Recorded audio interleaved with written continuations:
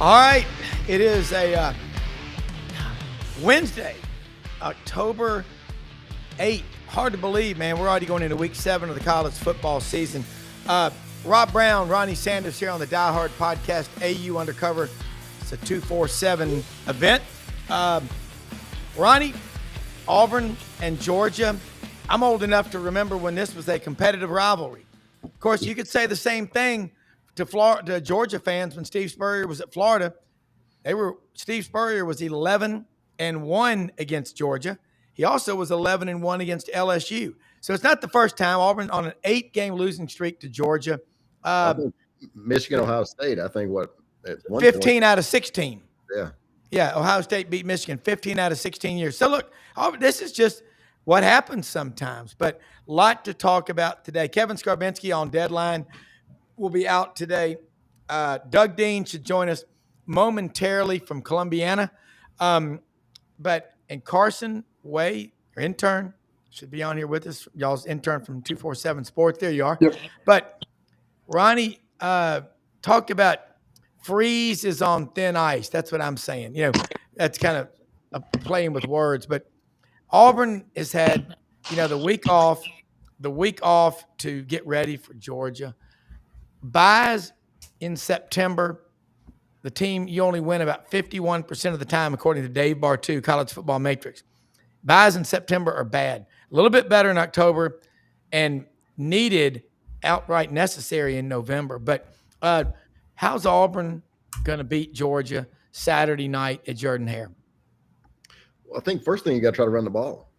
I mean, I've been beating that horse for a while, but I mean, I think you've got to at least try to run the football with the backs.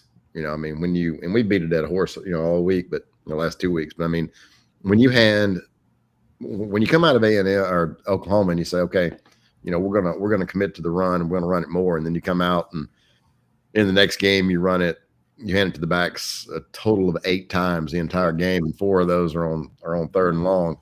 You're not really trying to run the ball. So I think that's the first thing. You got to at least keep them honest. Try to run the ball and get the ball to number 8.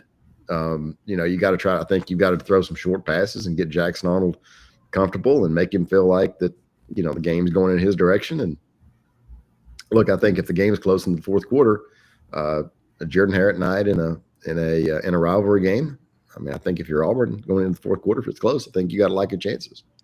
Well, Ronnie, you've been on the sidelines. You've been in the press box. You've been everywhere. You've been involved with the staff, Nick Saban at LSU, Ron Zook at Florida. You were at Southern Miss. How hard is it for a stubborn, hard-headed coach like Hugh Freeze is proving to be to change and adapt so he can give his team the best chance to win? It's not because Auburn doesn't have talent. It's the schemes, I think. Yeah, I mean, look, if you look around, I mean, you got kind of the same situation that you had with Gus. I mean, when Malzahn, when he was the head coach at Auburn, he wanted to give it up and take it back, give it up and take it back, give it up and take it back. And, you look at Billy Napier, you look at Florida, I mean, it's the same situation. So it's just hard, I think, in today's environment to call plays and be the head coach and do all the other things that you have to do as a head coach at a Power 4 school, at any school nowadays, especially with the NIL going on. Yeah, you look at Jackson Arnold. The first 4 games at Oklahoma last year, the same problems he had there are the same problems he's got at Auburn. Another way of looking at it is Peyton Thorne struggled in both years. I don't think he was the worst quarterback in history, but he struggled. And now here comes Jackson Arnold, the highest rated offensive recruit in Oklahoma history, and I'm sure in Auburn history too. I don't know where Cam ranked because he came from junior college, but he wasn't a 5-star out of high school. But you're looking at this, but the common thread, the denominator, the link is Hugh Freeze. I mean, it's something, there's a lot that he's doing. And again, you've been in the coaching profession. You know what it's like to be hired. You know what it's like to be fired. You want to keep your job. You start wondering, does the guy just make so much damn money that he's checked out? That's what it looks like to me. I don't know if that's it or it's just I don't necessarily think that's it. I think he's just a little bit stubborn. I mean, and I'm not sure the entire process of I know it's pretty clear to me. I mean, look, I think it's obvious to anybody who's watching the game. Um, Hugh Freeze is calling plays. The preparation is, I think that's in question. Whether, is Derek Nix putting together the run game and Ken Austin putting together the pass game, or are they doing it together and then Freeze is calling it? Or I'm not sure exactly internally how that's working. It's pretty clear to me that Freeze is calling the game. Beyond that, it looks convoluted and disconnected, discombobulated to me. So whatever they're doing is not working. So hopefully they took the last 2 weeks and tried to figure it out. I'll just say something that my man Johnny Haygood from down in Barber County, Alabama said. That Auburn offense is more effed up than a Tupperware drawer. I mean, it's a mess. And Carson Way checks in with us from the Big Apple, Opelika. How are you? Good. How are you? Good. What do you think's going on? I talked to my intern on our sidelines, Monday through Friday morning program today, and Oakley knows a thing or two about football. His quarterback in high school at MBA in Nashville was Marcel Reed, who's now at Texas A&M. He said it's schemes. It's the schemes they're trying to run. What say you, Carson? Well, I mean, it seems like I said last week, it's always one step forward, two steps back. And when you, like Ronnie said earlier, when you run the ball 4 times on third and long, you're not running the ball. You're really just trying to just really I like that. give yourself a better chance for field position. And that just makes it easy for the defense, especially against Georgia, who's great on third down, or they're decent on third down coverage. I mean, it's going to be tough. And we all know that Jackson Arnold isn't the best in pure throwing situations. So it's really going to be on Freeze. It's not really going to be on the players this week. I think it's about Freeze and the staff that's going to win or lose us this game. Win or lose Auburn this football game. Yeah. Ronnie, you're Hugh Freeze. Let's say you're Hugh, okay? You hadn't shaved in a week. Look like you've been out on an all-nighter. You look like Debbie Downer's husband. I mean, come on. Look like you want to be here, but it's the third straight year of this stuff, and the roster's better. The roster's better. I got beat up a little bit on the message board. By somebody posted on there about the Harsin effect was overrated. I don't think it was. I do think that certainly Auburn could have won more games the last 2 years and could have won the last 2 games. Matter of fact, if you take a deep breath and take a step back, Auburn did not have better players than most of the SEC teams that it's played the last 2 years. It does have comparable talent to the upper echelon of the Southeastern Conference right now. So, it's going to be a really, really interesting. I mean, look, you talk about Freeze. I mean, Freeze has always looked that way. I don't want to beat him up or anything, but I mean, look, I don't think he's a drunk. In fact, I'm pretty sure he's not. You're muted. You're muted, Rob. I'm kidding about that. I think he's funny. He looks like Otis from Andy Griffith, Well, But yeah, the guy I'm made his joking. reputation. Yeah. I was joking. I mean, but he does look hungover. But he's always looked that way. He looked that way at Ole Miss. Yeah. He looked that way at Liberty. That's just kind of the way, and that's not The mad scientist look. Yeah, and that's okay. I mean, but Yeah. I do think going into the third year, it's got to work. I mean, it's got to work better than it's worked. It has to look better than it's looked. And I think, and I've said this a million times, I think Auburn has every intention of giving him the opportunity to succeed. But I think this is a really big game. I mean, I don't think they can look the way they've looked the last 2 weeks on offense the rest of the year. It's going to be difficult for him to survive. Now, if you go out and you play well against Georgia and you finish 7-5 and there's improvement and you get to a bowl game, that's a different animal. But you finish 8-4, 7-5. Okay, but if you come out and you finish, if you're 5-7 and you can't piss a drop on offense, that's a different story. Yeah. When you've made the wrong hire, you got to pull the plug. I mean, it's just like your situation right now. I mean, with Auburn, you look at Texas, look at Penn State, look at Clemson. Those are three of the top four teams in the preseason rankings. Oregon's the other one. They're rolling along, man. Dan Lanning, he's in Mobile Friday night at St. Paul's watching an Oregon commitment, Tank Jones, play football. You look at those other three teams. Texas, I mean, Austin, we're going to have Ken Capps on our morning show Friday. He's our Texas, guy, he and Anwar Richardson. That's a tough place to have a disciplined, hardcore college football team. I don't know, Carson, if you ever been to Austin, but man, all three of my kids go to music festivals out there. Hear the Red Hot Chili Peppers, the Panic. Those are good family bands. They just Austin's wild. I mean, which I am too. So I'm not saying it's wrong, but it's got to be tough with all those distractions on the 40 acres at Texas. Look at Penn State. Are we going to start having the same conversation about Sarkisian? He's 2-8 against top 10 teams at Texas, 5-18 overall as a coach, as we do with James Franklin. I mean, we could. And then you look at three of those four teams, Penn and Clemson. Dabo late to the party on NIL, the portal, and then you look at Indiana. Everybody's going to be watching Indiana and Oregon Saturday. Who'd ever go back 5-10 years ago? People, if you try to get people excited to watch Oregon and Indiana, I mean, that's like watching reruns of Mama's Family. That's painful. But I just, and I'm going to go real quick before go to Doug.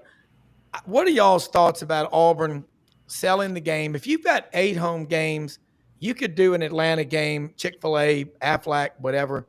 But next year, you're going to have 5 road SEC games. You were only going to have 7 home games, 2 non-conference, or 3 non-conference, and 4 conference games at home. Now you're selling off. What that does to the local merchants, the business, whatever. Are y'all in favor of that? I mean, they say they need more NIL money. Auburn needs more wins than anything else. Anybody want to answer? I mean, yeah, I mean, I think there are 2 sides to that coin. John Cohen on one hand, look at people have wanted somebody to go outside the Auburn family and go outside and get somebody to bring a fresh perspective. John Cohen's done that, and frankly, I think he's done a pretty good job. But I do think that it's a little bit tone deaf for 2 reasons. Number one, announcing it now in the middle of everything that's going on. Yeah. And number 2, knowing Auburn's history and trying to get much of the rest of the conference to play in Jordan-Hare Stadium and moving those home games there. I understand why and I recognize the need for doing it. And I applaud him for thinking outside the box. At the same time, those who are certainly older than me, and even I remember, I remember how big a deal it was in '89 as a kid. But those that are older than me have a real issue with it, and frankly, I can see where they're coming from. Well, Georgia Tech, when my dad was in school at Auburn, beat Auburn. He wasn't in college 15 years, trust me, but they beat Auburn 15 years in a row. And those snobs up in Atlanta looked down their noses at Auburn. Georgia, they wouldn't play at Jordan-Hare. Played in Columbus at Memorial Stadium. Locker room was so small, Zeke Smith said you'd have to take turns. Guys would go in there and change while everybody stood outside waiting for their number to be called. And we know about Tennessee. Came down in we had to do that at Vandy when I was at Florida. Yeah. In 1974, Tennessee finally came to Auburn. Third-team fullback Kenny Burke scored 3 touchdowns. Auburn won 21-0. 1989, December 2nd. I mean, you're right. And Doug, jump in here and shed some light on it. Give us the bare facts, no pun intended. Yeah. Hey, Carson, Ronnie, good to see you. Rob, is there a crazier year you can remember in the unpredictability? And I want to express mild, not great outrage, mild outrage that I thought we had an understanding with the NCAA and the ADs, the college presidents, that we could go through the football season itself without having to talk about big NIL moves and rules changes. And here we are. Quickly on that one. I'm probably in a minority. My initial reaction was outrage. How could you do this? because if you study the schedule in 2026, Yeah. it's great. We're getting Florida and LSU, and I can't remember who I'm forgetting back in Jordan Hare. But it's not the most sexy home game schedule. And you were going to open up with Baylor coming back, return, getting to see what's all this about Jordan Hare voodoo. So my first reaction was, I thought it was one of Cohen's early blunders, but I put the 38 revolver, Rob, and the bottle of whiskey down, and I'll come in off the ledge, and I'm thinking a little more rationally. I think Cohen, his biggest sin perhaps was he chose to make this a precipitous management decision. I think he thought it would go away quietly, and off we go. And everybody's engaged. And, Auburn is always going to get help from the media. If something's potentially a negative angle, then let's run a story on it. So as I step back from it, I think his biggest mistake was process. That he could have spent a little more time in the community, getting the businesses on board, because they're going to take a financial haircut over this, the hotels and restaurants and others, especially that opening weekend. Someone told me, and I hadn't thought about it, that's a required 3-night minimum for hotels. Yeah, whatever you want. Yeah. It's a pretty big payday that they're getting cut. But the big one, I think, Ronnie, but all of y'all kind of got in and around it. I'll be more explicit. To me, right now, sitting as we are, you figure, well, we handled Baylor there. It should be easy. Now, football's not that linear. Right. If they come to Atlanta, and just because it's a little different environment, even if the reason they knock off Auburn, if they do that, is how they play, and they've just got a few more playmakers, which they're certainly capable of. Baylor's not chopped liver.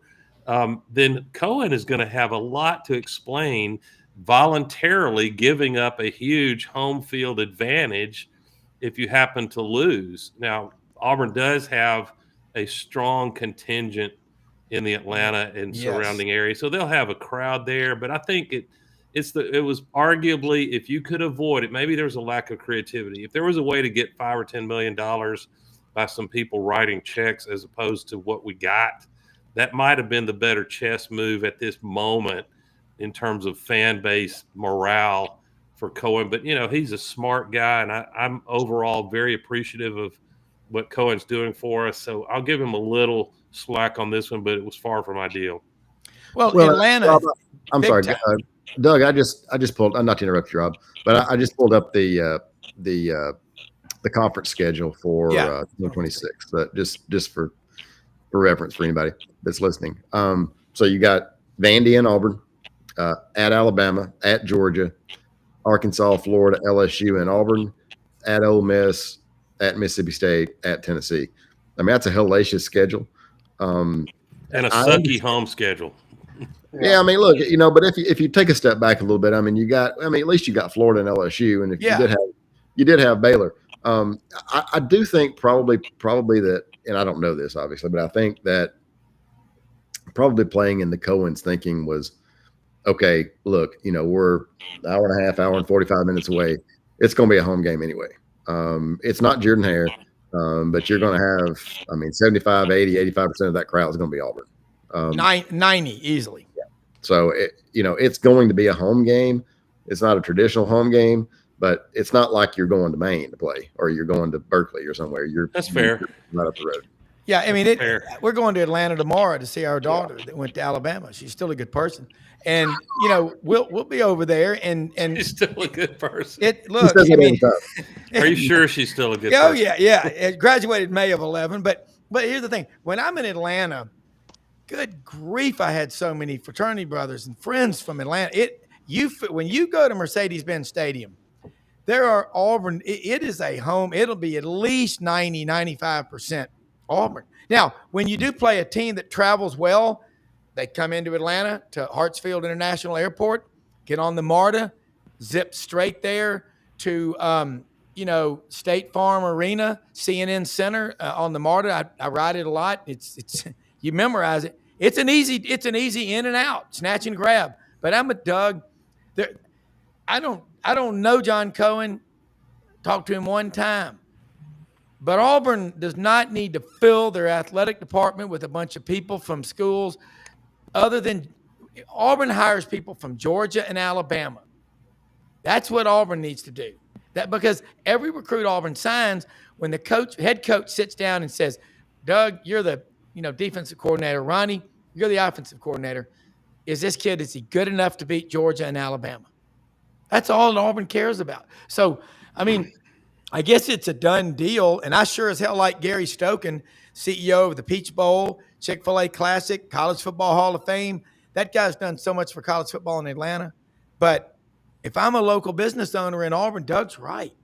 I just got kicked in the swimsuit area really hard. Yeah, and I'm being completely facetious to make a point, but it's not impossible that 3 to 5 years from now, you'll pull this archives up. All three of us will be ambling around on our canes by then. At least Rob and I might. At least I might. Not you guys, but and pull this archive, and it won't sound as stupid 5 years later. But yeah, I wonder, Mr. Cohen, love what you're doing overall in leadership at Auburn, and I think he's a real smart guy. But my question would be about guardrails. What would it take if it's strictly about the balance sheet and purportedly having an NIL war chest that's as good or better than anybody we might want to compete with, then would the Iron Bowl be for sale to be played in Dallas? I mean, a neutral site it was allegedly neutral site at Legion Field for most of my lifetime, and I don't believe for a minute it would be. But if you can take a power, we didn't move Alabama State to the Atlanta area. We moved a Power 4 team in Baylor. So I hope that Cohen is able to come out and make some Sherman-esque statement that Auburn will never. I mean, a board of trustees resolution gets passed. Under no circumstances, after all Coach Dye and others did to get the game in Auburn, Auburn will never play the following home games anywhere but Jordan-Hare Stadium. And you start with Georgia and Alabama. You don't have to include our third opponent, which is Vanderbilt. You get what I'm saying? I think people want to know, how far can this go? Well, guys, I would think anything's on the table because the terms of endearment in life, business, and the bedroom follow the money trail. So, I would say a constitutional amendment, Governor Tuberville, put that on your platform and rally on that. Like, I've always said, I'm going to rally. If I run for public office in Arkansas, I'm running on the duck hunting platform. We're going to let duck hunting go to the middle of March. Can I sling a topic? Yes. I know we're going to talk. We better talk Auburn, Georgia, or we've let her. Well, we did before you came on, but we got a lot more to talk about. I knew you probably did. And I don't know how many more ways with an open date you can dissect that game, because Auburn's had, 8 or 9 days, the media and fans to do so. So we'll quickly get to that. But what has been really running through my feeble brain the last number of days, especially since last Saturday, focusing on that Texas debacle loss at Florida, not to take anything away from Billy Napier yet again. He's like this.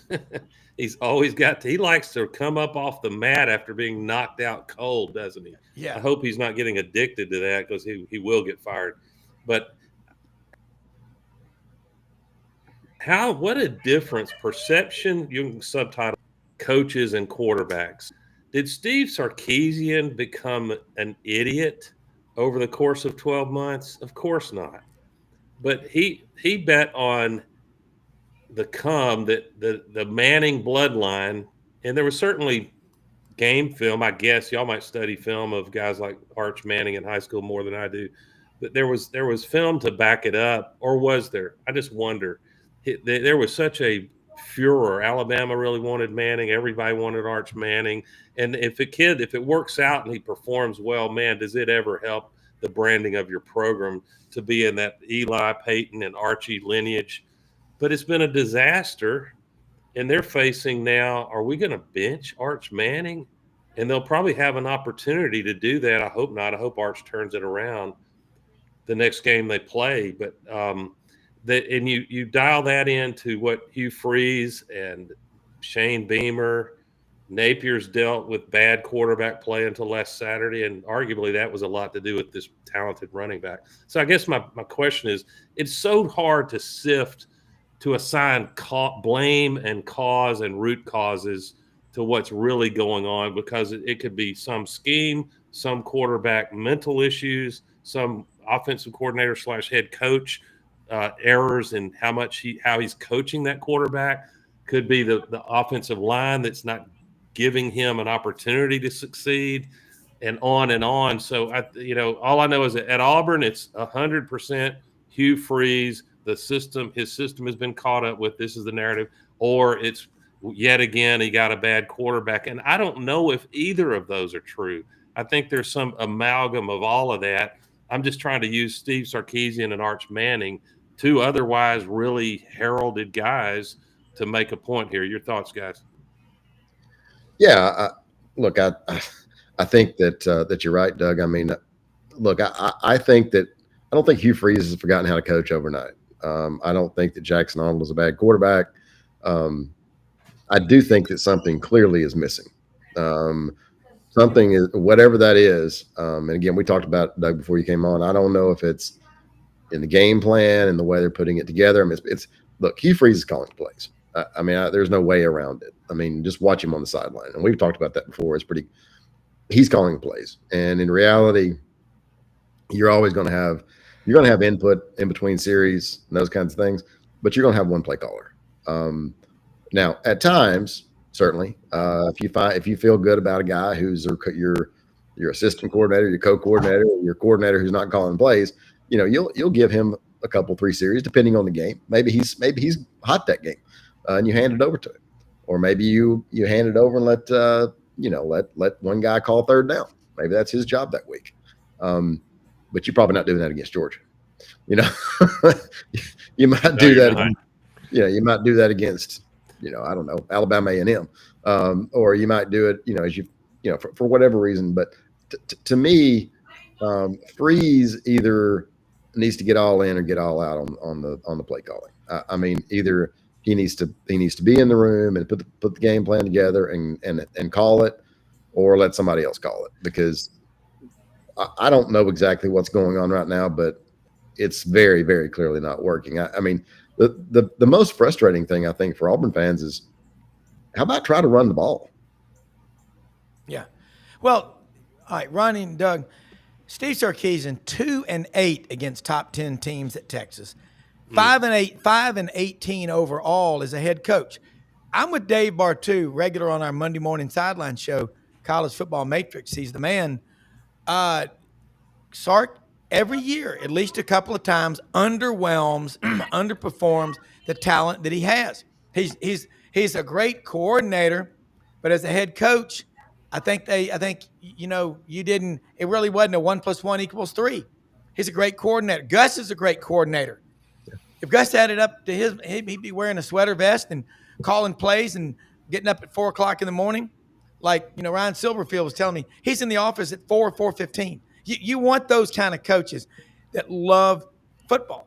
But I talked to one of Freeze's friends from Memphis, and he said, I think he would just be happier going back to a Group of 5 school. And I'm like, well, and I don't think from what I've been told, I don't know what this is worth, but I'll say it. He goes, I never thought he'd stay more than 5 years at Auburn anyway. So I'm like, that'd be a long tenure for most Auburn coaches. Yeah. I mean, I know. So that being said, someone who's known him a long time, I'm like, wow. He goes, he's a great guy. I said, well, that's, whatever. I said, he's a great guy if he starts winning games. But you've now got a generation of Auburn fans who are becoming detached from football. They're into basketball. And thank God for Butch Thompson and Greg Williams. They ran off David Marsh and his 12 national championships in swimming. That wasn't good enough. But, I mean, guys, look at Auburn's athletic department. Look how many people aren't there that were there 3 or 4 years ago. Okay? How many people but now you also don't want to be just have nepotism and an old boy culture anywhere. But you've got to change. But You how many wonder if people? it's a Yeah, Texas problem, and I don't. I mean, I think it is. I haven't had any venom for Texas. I tend, my friends who live in that state, the Lone Star State, and really know both fan bases, the major fan bases there, will tend to tell you, unless they're a Longhorn themselves, that they have a little bit of a superiority complex, and Auburn fans are familiar with that dynamic. That's all I'll say. But Yes. their Texas has started the season ranked number 1, and I think we all understand. It's not that they don't have players. I think they have a great defensive front when they play well, and they should. I don't think there's a position on their roster that they didn't recruit at a high level.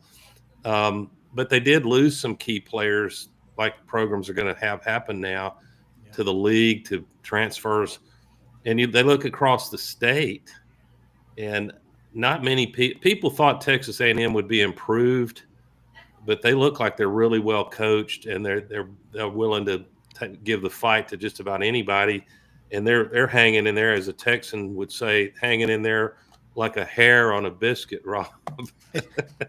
Well, and Texas, undefeated. well, Texas is a different place. Yep. I mean, The state, you mean? both. Yeah. I mean, the school, the state, the whole, and there's a lot of arrogance and there's a lot of entitlement, and, it's a difficult place. Obviously it's a great job and you can win there. And, Mac Browne probably did as good a job as anybody. he absolutely did. He basically won 10 plus games every year for, And how many years? underappreciated a little. Yeah, while he was there. 16 years. Yeah. Yeah. I mean, did an unbelievable job. That being said, Charlie Strong has been a good friend for 20 plus years. He was there. I went out there to see him a couple of times when he was the coach there. You've got, Auburn's got Raymond Harbert and Jimmy Rain and a few other guys. You got hundreds of those guys at Texas, and you got to try to make all of them happy. Yeah. And they all want to have a say, and they all want to pick the coach, and they all want to pick the AD, and they all want to tell the coach how to call plays, and on and on. I mean, look, like I say, it's a great job. But it's not an easy job. Of course, that being said, none of them are easy. No. But it's going to be an interesting year. I mean, there was a story that came out yesterday about Steve Sarkisian possibly going back to BYU. Do I believe that's going to happen? No. But there is some chatter that maybe he's had enough, and I can see why. He really bristled in the meeting. He saw I wish let anybody else of the 135 schools play these 2 games and see how they did. When you start hearing a coach that frustrated, losing their cool. How about look at the rest of the conference? I mean, they got the easy, excuse my language, but I mean, they got the easiest ass schedule in the conference. I mean, let's be honest here. All right, Crimea River Longhorns. Yeah, let's look at some numbers here. This is funny. I think Mac Browne did a great job, but every day, you probably had some donor wanted to ride around practice in the golf cart with you. How do you tell those people no? Each year, the state legislature in Texas gives 2/3 of the oil and gas money from the Permian Basin, Midland, Odessa, which pumps out about 4.2 million barrels per day. They give 2/3 of that revenue every year to Austin, 1/3 to Texas A&M. But long term, A&M is going to surpass Texas, and I'll tell you why. Over 20,000 students in the College of Engineering at Texas A&M. Okay, I'll predict right now Sark is gone in a year or 2. He's going to just say to hell with this.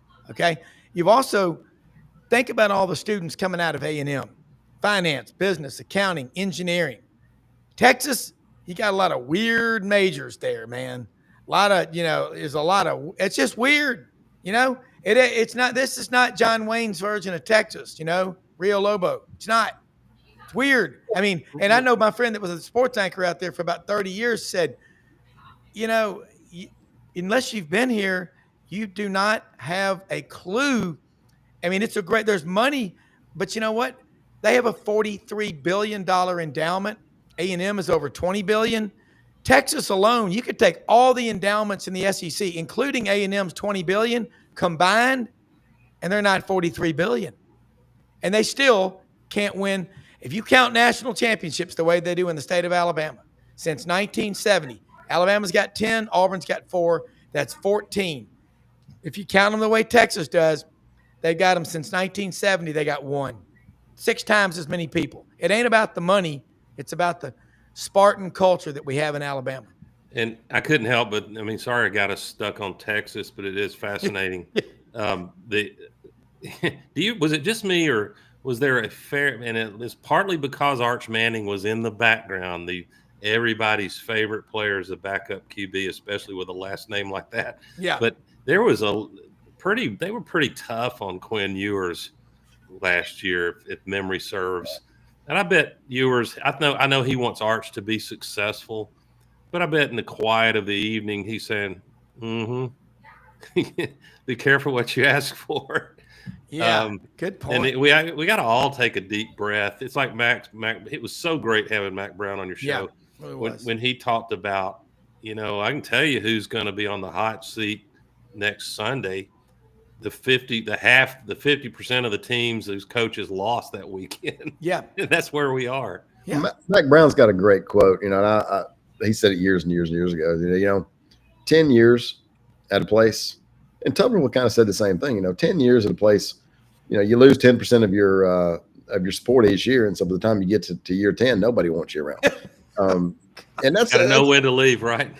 And right, and the reality is that look, and I think it's becoming more and more and more a young man's game. You look at, there's some head coaches in the NFL, more than just a couple, that are under 40 years old, and they relate to kids, and same thing in college. And you look at what's going on in North Carolina. I mean, it looks like Bill Belichick's out before the end of the year. Yeah. And so 73, 76 years old, whatever the hell he is. I mean, it's hard. It's easier in the NFL. But even in college now with the transfer portal, and there not being any loyalty, it's still harder. I mean, because again, if you're recruiting the right kind of kid in college, and a kid that wants to be in school where you're recruiting them and they want a degree. And again, I've said this a million times. If you got a kid that transfers one time and wants to play, that's one thing. But if you got a roster full of guys that have transferred 3-4 times, you're going to end up looking like Florida State last year. And I don't know how Florida State's going to end up this year, but it doesn't look like a whole hell of a lot better. To your point, I don't want to make the ladies in your audience mad, Rob and Ronnie, but it makes you wonder, kind of like the old saying goes, whoever developed the concept of lifelong marriage, it was back when life expectancy was about 35 years. Yeah. Yeah. And coaches make enough money, my God almighty, don't they make enough money to walk away after 8 or 10 years if they have to? Oh, yeah. Hey, Doug, you say that, and I'm probably going to get in trouble. I want to preface it by saying it probably goes both ways. I was talking to a mutual friend of ours, Rob. I won't call his name on the air. But I said, he's been married 3 times. I'll give you a hint. And I said, you ever think about getting remarried again? And he says, sometimes I'm sitting here, and he says, I want a sandwich, or I want something to drink. And he said, I wish I had somebody here to bring me something. Oh my God. He said, he said, and this is where I'm going to get in trouble. He said, on the other hand, I sit here and it's nice and quiet, and I don't have to listen to that anymore. Exactly. Well, like I say, I'm sure it goes both ways. You ask my wife. I don't know. Like, this is. Let me introduce a very worrisome. I like Auburn Saturday night. It's not because I think Auburn is coached better. Kirby Smart's team, at least on the offensive side of the ball, maybe in the trenches on the offensive side, will probably be a little better coached. In some cases, maybe a lot better coached. I'm not a big Mike Bobo fan, but he gets criticized more. If you look at his results, he wins a lot more than he loses. But overall, you can say a lot of things about Bobo, but I mean, the reality is, if you look at the totality of his career, I mean, if you give him a team and let him do his job, he can win for you. He's not going to be flashy like Grubb at Alabama or Kiffin, some of those calling plays. But here's a dilemma that I find really interesting for Hugh Freeze, Auburn, in this Georgia game, and how, the old axiom is study your opponent, in this case defensively, and attack where that, by and large, attack where they are the weakest. Now, here's where that gets problematic for Hugh Freeze. Georgia people themselves would tell you, and if you could get honest discussion with coaches, they would say the film doesn't lie. We're weakest in our secondary. You can attack Georgia through the air. Hugh Freeze, for 2 or 3 weeks, has been subjected to public shaming by his own fan base, probably including me, maybe you guys too, and the media, and with some justification for not pounding the rock. It's in our DNA. We are running back you. We used to be anyway. Yeah. And so there's this powerful compulsion, and Hugh himself yet again has said we've got to run the ball. Well, they got to have balance. But I hope what we don't see is Georgia loads 7 or 8 guys in the box a lot. Late pre-snap shifts, loading the box, and we keep trying to run the ball to appease the fans when the obvious play is a 3-step drop, get the ball out of there and let Cam Coleman and some of these guys go for 50-50 balls. So it's going to be you got to run the ball to keep them honest. We can't keep getting in 2nd and 15s. But I do think what we'll learn if Auburn can make it competitive and or win. I think Auburn's going to win an exciting game. It's just Jordan Hare at night, Cam Coleman's jersey being retired. I just got to believe it when I see it that Auburn doesn't find a way. Cam Newton. What did I say? Cam Coleman. We're not retiring number 8. number 8, but Cam Newton, and you can bet Cam will electrify the crowd and say beat the dogs or something like that. So I just hope that he doesn't try to pound his head against the wall being the Georgia front, running the ball at the wrong times. I think you're still going to have to take run some short crossing routes early because the pressure's coming, and pick your moments to get downfield with the ball and let these receivers do their thing. But I think that's setting up to be a dilemma. Yes, you want to run the ball, but not 70% of the time, I don't think. Well, I guess my point is, if you want to be successful in the SEC, I mean, I think you've got to hand the ball to the backs 30, 35 times at least. Yeah. I'm not saying run it 50 times a game or 60 times a game. But there's some creative ways to do it. Yeah, and I think you can get the ball. I think you can get the ball to the backs. You can get the ball to, you can do some interesting things with the receivers or this and that and the other. But I mean, it can't be just the quarterback and you hand the ball off to the backs 4 times.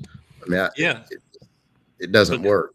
Because, again, back to my point, and Andy Staples made the same point, we tend to look at those silver britches and that Georgia jersey, and man, Kirby's done a phenomenal job with them defensively, not just defensively, but that's his hallmark. And you expect, automatically they're going to have a relentless pass rush. Well, not so much this year. Georgia is 109th in the nation in sacks. Auburn is 5th in the nation, tied with a bunch of teams with, I think, 3.4 sacks a game, which is unbelievable. Georgia, a little over 1 sack a game. Georgia will pressure you, and that can cause interceptions. But I think be balanced. But I hope Freeze realizes that we will have opportunities to smoke their defensive backs if the play's there, and we can get just enough protection to get the ball downfield and let these receivers see what they can do. I mean, does anybody see a 2017 November the 11th type game coming? Auburn, #1, Georgia comes to Jordan Hare.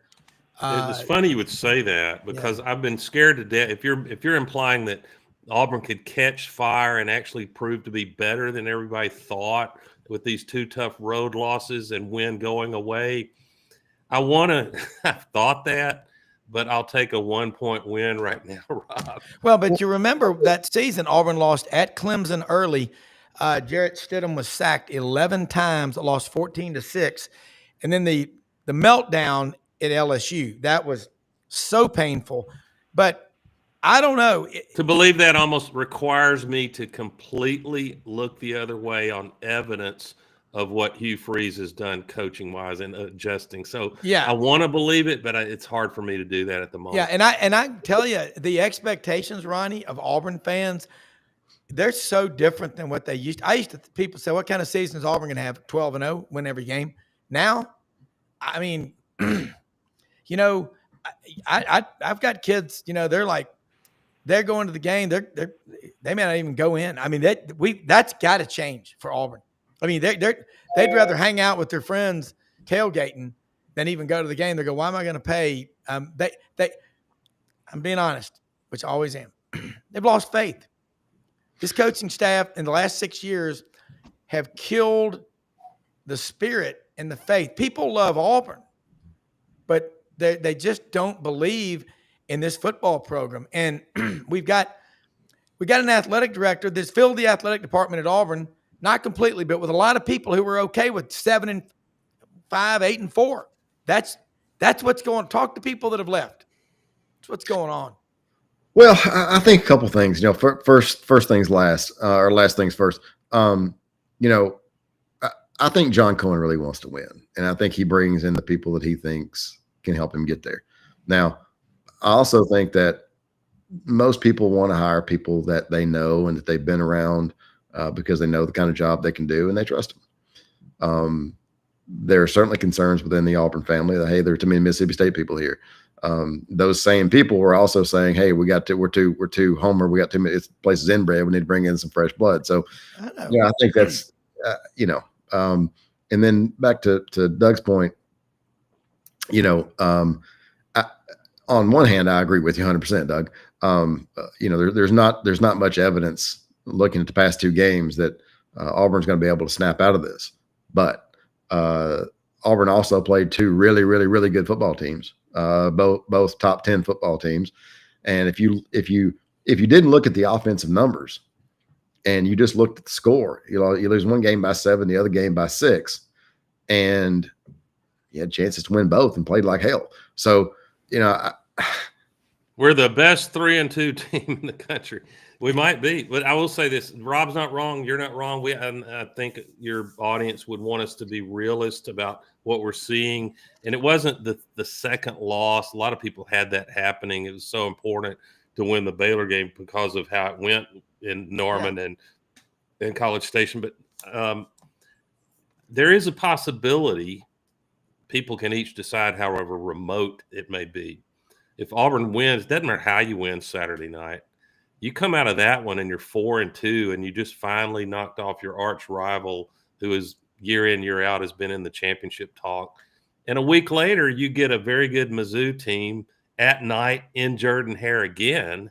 Who's coming off a game against Alabama, by the way. Yeah, coming off a physical game. Not that we won't be also coming off a physical game, but it starts to how you calculate how the season may play out starts to look very different than it did, 7 or 8 days ago. Great point. But again, it's feeling very 2012-ish right now. Honestly, Did Rob, you have to go that dark? Yeah. But look, you do not want to see the third quarter people running to the exits like someone yelled fire in a crowded movie theater. You start seeing you're done. But this is 6 straight years of this garbage. And people, the ticket prices are going up, and they keep shaking the NIL cup in your face. And you're going, I'm going to Ruth's Chris, and you're serving me this damn shoe leather, calling it a filet. You're not going to be able to do it very much longer. This definitely is. No one, including me, is going to be in the mood at all to hear, well, we're close. It doesn't matter if you lose by 1 field goal to Georgia. We're close, and I'm proud of these kids. That's going to be disgusting to hear. And actually, I would be angry on behalf of the kids because I know they're talented. Yeah. And they deserve the coaching that puts them in position to win. Yeah. You mentioned 2012.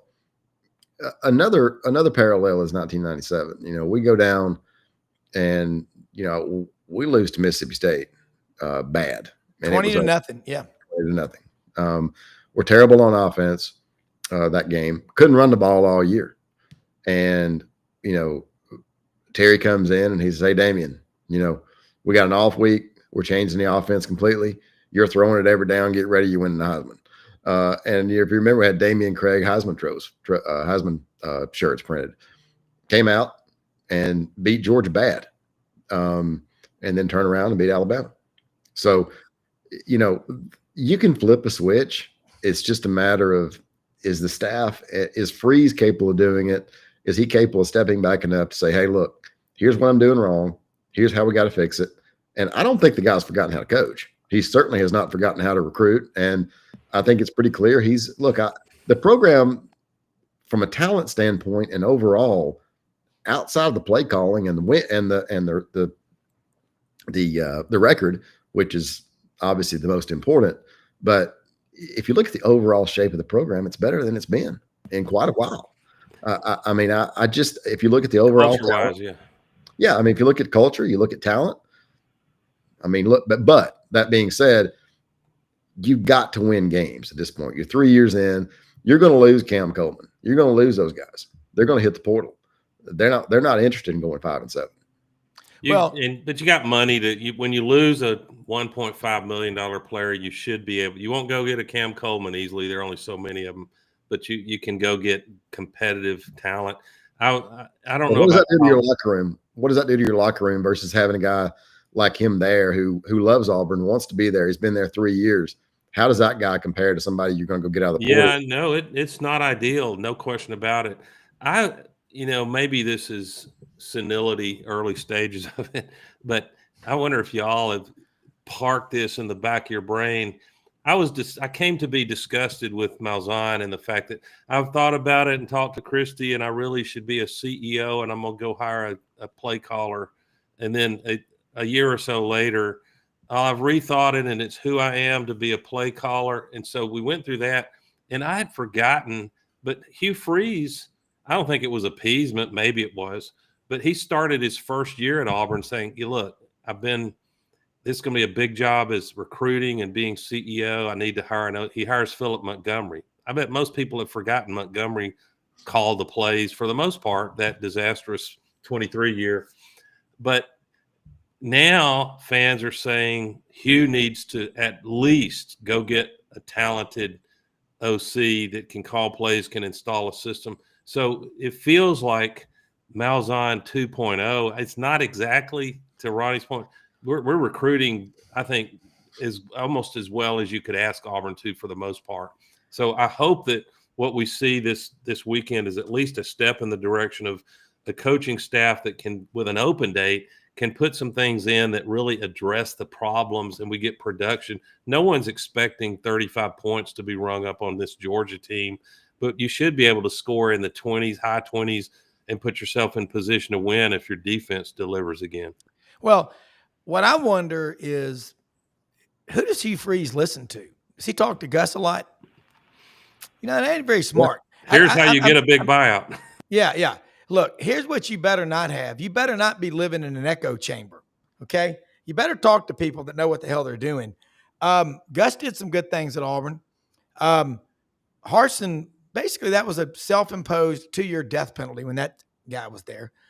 And Alan Green, Stephen Leith, and anyone on that board of trustees that signed off on that guy becoming president should collectively pay back the $100 million mistake and everything that's happened. Auburn's been on this trajectory since then, and Auburn's got to get off of it.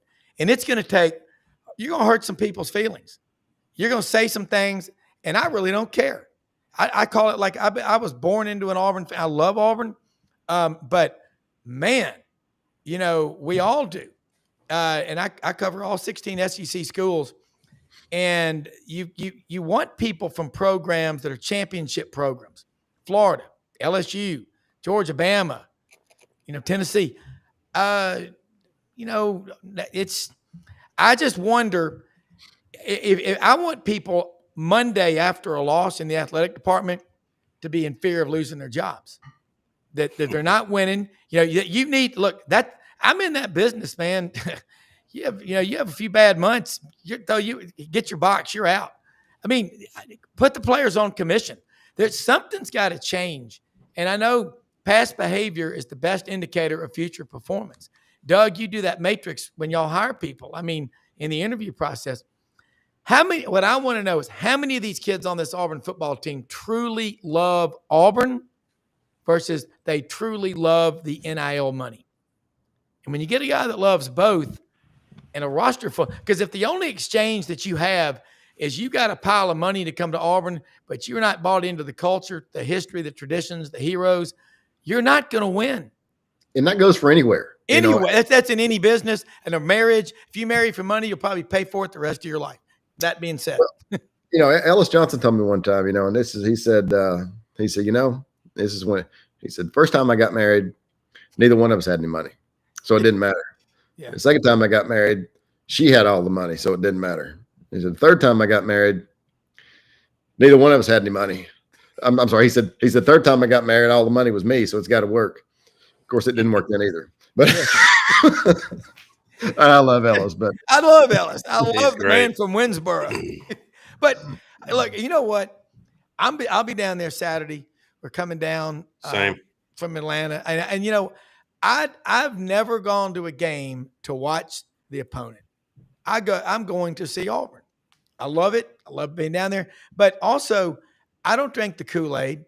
And it's like, ask Dan Patrick, why'd you leave ESPN? Remember what he said?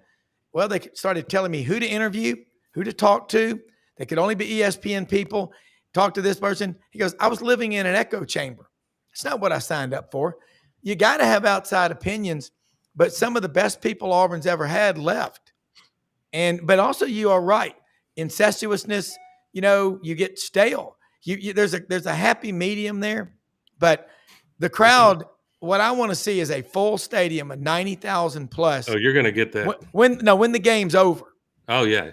Well, you're going to get it then because Auburn is going to win. I'll tell you why. It's sometimes it's just in the air. There are plenty of games that played in Jordan-Hare, but the ones at night that are really big games, much less arch rival. If Auburn is decent, they show up, and I'll tell you, Hugh Freeze is going to have a major problem hanging in there if he doesn't win this one, because we know enough football to know there's enough talent on the roster. There's not enough talent to make the semifinals of the playoff. But there's enough talent in Jordan-Hare at night to win this game. And the reason is Auburn is, no one wants to say this. It feels like heresy, but I don't care. You can send this to Kirby in an email for all I care. Auburn is significantly better defensively than Georgia. Let me say that again. This Auburn defense, if they play like they have been, is significantly better, and they'll have the wind in their sails of that Jordan-Hare crowd. And I've seen this before. It's Alabama, on the other hand, they are probably the most improved team, and I think Ty Simpson is worthy of Heisman talk. Alabama's probably playing more cohesively and with more energy and efficiency than anybody I'm seeing at the moment. Maybe A&M or OU will change that. But Alabama also, like Georgia, is 109th in team sacks. So Georgia, statistically at least, Georgia still hasn't played a team that will get after the quarterback's ass, and I think they'll see that this Saturday night. Auburn wins it like 24-21-ish type of game. I will not be surprised at all. And like Brendan said about Florida getting the win over Texas, I saw that one coming. He goes, that had nothing to do really with Billy Napier. It was the fans and the swamp culture willed that to happen. Doug, remember we were at the Auburn Texas A&M game last year. Got back to your house at Lake Martin about 2:30 or 3 in the morning.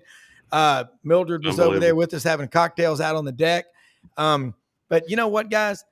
This is one of those Billy Graham revival Auburn games Saturday night. Everybody's going to give everything they got.